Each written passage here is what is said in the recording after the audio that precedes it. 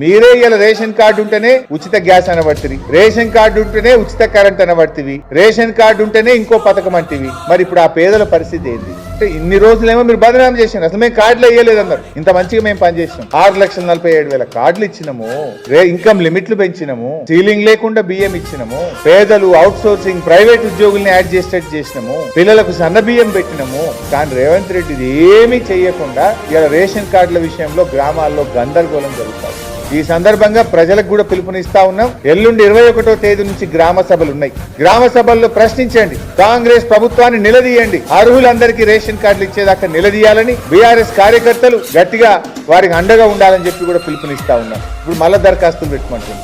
నిన్న మా నియోజకవర్గంలో ప్రజలు అడిగితే మళ్ళీ దరఖాస్తు పెట్టి ఎన్నిసార్లు పెట్టాలి నాయన నీకు? మీ సేవలో పెట్టినాం, ప్రజాపాలనలో పెట్టినాం, ప్రజాపాలనలో పెట్టి ఏడాది అయింది, మళ్ళీ ఏడాది తర్వాత మళ్ళీ మండల ఆఫీస్ పోయి దరఖాస్తు పెట్టమంటుంది. ఏడాది కింద పెట్టిన దరఖాస్తు ఏమైంది?